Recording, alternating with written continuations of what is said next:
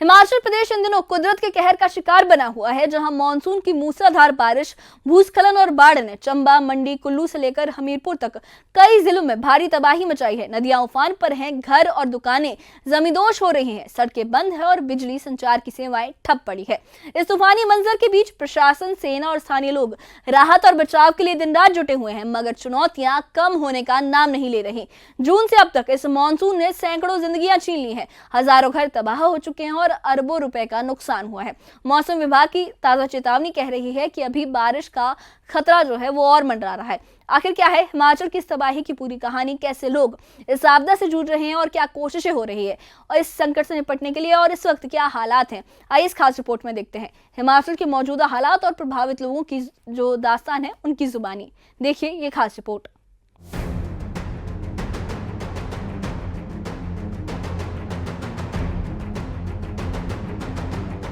हिमाचल प्रदेश में मौसम की मार थमने का नाम नहीं ले रही है। 8 सितंबर 2025 को भी कई जगहों पर गरज चमक के साथ बौछारें पड़ रही है और आने वाले दिनों में ऊपर औसत बारिश की चेतावनी है, जिससे भूस्खलन और बाढ़ का खतरा बढ़ सकता है।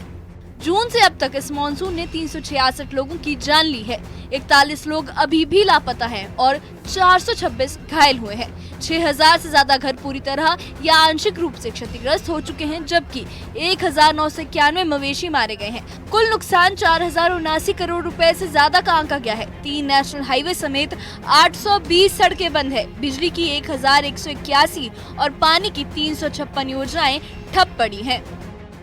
चंबा जिले से डराने वाली तस्वीरें सामने आई हैं। शीतला पुल के पास खड़ा एक बड़ा पेड़ अचानक रावी नदी में गिर गया और ये वारदात सोशल मीडिया पर बहुत वायरल हो रही है। इसी बीच चंबा के उपायुक्त मुकेश रिपसवाल ने भटियात और डलहौजी के प्रभावित इलाकों का दौरा किया। उन्होंने कहा कि नुकसान का जायजा लिया जा रहा है और राहत और पुनर्वास कार्यों को जल्द तेज किया जाएगा। रिपसवाल का कहना है कि प्रभावित परिवारों को जल्द से जल्द मदद उपलब्ध कराई जाएगी।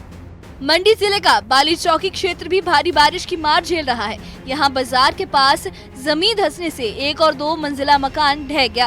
अब तक लगभग 13 मकान और दुकानें टूट चुकी हैं। हालात इतने खराब हैं कि इलाके में बिजली और संचार सेवाएं पूरी तरह से ठप हो गई हैं। लोग मदद की गुहार लगाने के लिए कई किलोमीटर पैदल चलकर पहुंच रहे हैं। एसडीएम मंडी डॉक्टर मदन कुमार ने कहा कि प्रशासन दिन रात काम कर रहा है और बहुत जल्द बिजली और संचार सेवाएं बहाल कर दी जाएंगी। कुल्लू जिले में भी बाढ़ और भूस्खलन का असर साफ नजर आ रहा है। ब्यास नदी में बाढ़ आने से तिब्बती कॉलोनी की सुरक्षा दीवार टूट गई है। अब तिब्बती स्कूल और हनुमानी बाग क्षेत्र पर खतरा मंडरा रहा है। स्थानीय महिला पेमा का कहना है कि सुरक्षा दीवार टूटने से पूरे इलाके पर खतरा है। वहीं स्थानीय निवासी दोरजे ने कहा कि सरकार को बरसात खत्म होते ही तुरंत नई सुरक्षा दीवार का निर्माण करना चाहिए, वरना बड़ा नुकसान हो सकता है। ब्यास नदी से 2 महीने से पानी आ रहा है, ये बरसात रुक रहा नहीं है, दिन रात बारिश आ रहा है। इससे हमारे को बहुत खतरा है। हमारा जो ये ब्यास नदी का बहुत बहाव ज्यादा है, इससे हमारा आरसीसी का दीवार चले गया है और ये जगह भी बैठ गया है। स्कूल का दीवार पूरा क्रैक हो चुका है और बहुत खतरा है सर जी। हमारे को ये 1.5-2 महीने से जो बारिश आ रही है ब्यास नदी और ये बढ़ रहा है, रात भर हम तो घर छोड़ के भाग जाते हैं। और यहाँ पर जो भी है, हम ये दरिया किनारे जो हमारे घर है, ये कई पिछले बाढ़ में तो 2023 में तो 5-6 घर हमारे ले जा चुके हैं। उनको तो बैठने को भी नहीं है, यहाँ स्कूलों में बैठे हैं बेचारे। और क्या नाम, रात को नींद भी नहीं आता है। हम तो सब भाग जाते हैं घर अपना छोड़ के, अपने बच्चे लेके, अपना बुजुर्ग लेके।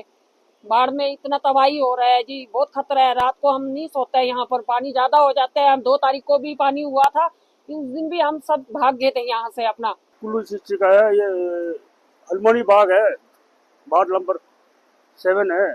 और ये यहाँ तिब्बती स्कूल है, स्कूल से आगे तिब्बती कॉलोनी है और कॉलोनी से आगे गौशाला है, गौशाला से आगे लंगर वगैरह है। फिर ये 26 तारीख को यहाँ बाढ़ आया, बहुत जबरदस्ती बाढ़ आया।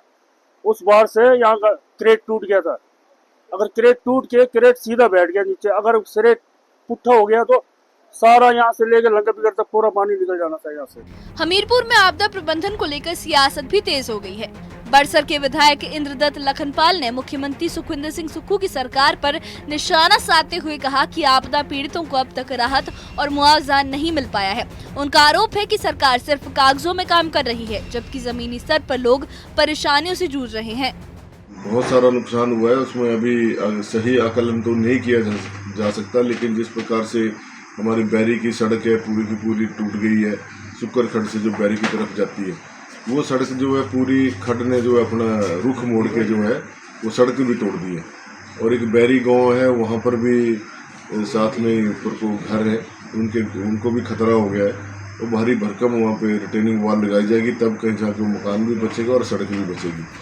बरसात की मार झेल रहे हिमाचल प्रदेश में अब तक सैकड़ों लोगों की जान जा चुकी है। हजारों घर और दुकानें जमींदोज हो चुकी हैं और अरबों रुपए का नुकसान दर्ज हुआ है। सवाल यही है कि पहाड़ी राज्यों में हर साल आने वाली इस तबाही से निपटने के लिए सरकार और समाज कितनी तैयारी कर पाए हैं। Bureau report, news 18। Himachal Pradesh में मानसून का कहर अभी भी थमने का नाम नहीं ले रहा। चंबा में रावी नदी की रौद्रता हो, मंडी में ढहते मकानों की त्रासदी हो, या कुल्लू में ब्यास नदी का खतरा हो, या हमीरपुर में सियासी तकरार हो, हर तरफ बस तबाही और मुश्किलों का मंजर है। इस आपदा ने न सिर्फ जिंदगियां छीनी है, बल्कि लोगों के आशियाने, उनकी उम्मीदें और उनकी जीविका को भी तहस नहस कर दिया है। फिर भी इस अंधेरे में राहत और बचाव की कोशिश एक उम्मीद की किरण बनकर सामने आ रही है। प्रशासन की टीमें, सेना और स्थानीय लोग कंधे से कंधा मिलाकर हालात को संभालने में जुटे हैं, मगर सवाल ये है, क्या ये कोशिशें इस तबाही को रोक पाएंगी? मौसम विभाग की चेतावनी बता रही है कि अभी और इम्तिहान बाकी है। क्या सरकार और समाज पहाड़ी राज्यों में हर साल आने वाली इस आफत से निपटने के लिए कोई ठोस रणनीति बना पाएंगे? इस बीच सबसे ज्यादा दुख उन गरीब परिवारों में है जिनके घर उजड़ गए हैं और जो मदद की आस में सड़कों पर है। इस वक्त यही अपील है कि प्रशासन इन जरूरतमंदों तक जल्द से जल्द राहत पहुंचाए। और आप इस आपदा पर क्या सोचते हैं, हमें कमेंट बॉक्स में अपनी राय बताएं। और इससे जुड़े अपडेट्स के लिए और ऐसी ही खबरों के लिए हमारे चैनल के साथ बने रहिए। हमारे चैनल को सब्सक्राइब करिए। शुक्रिया।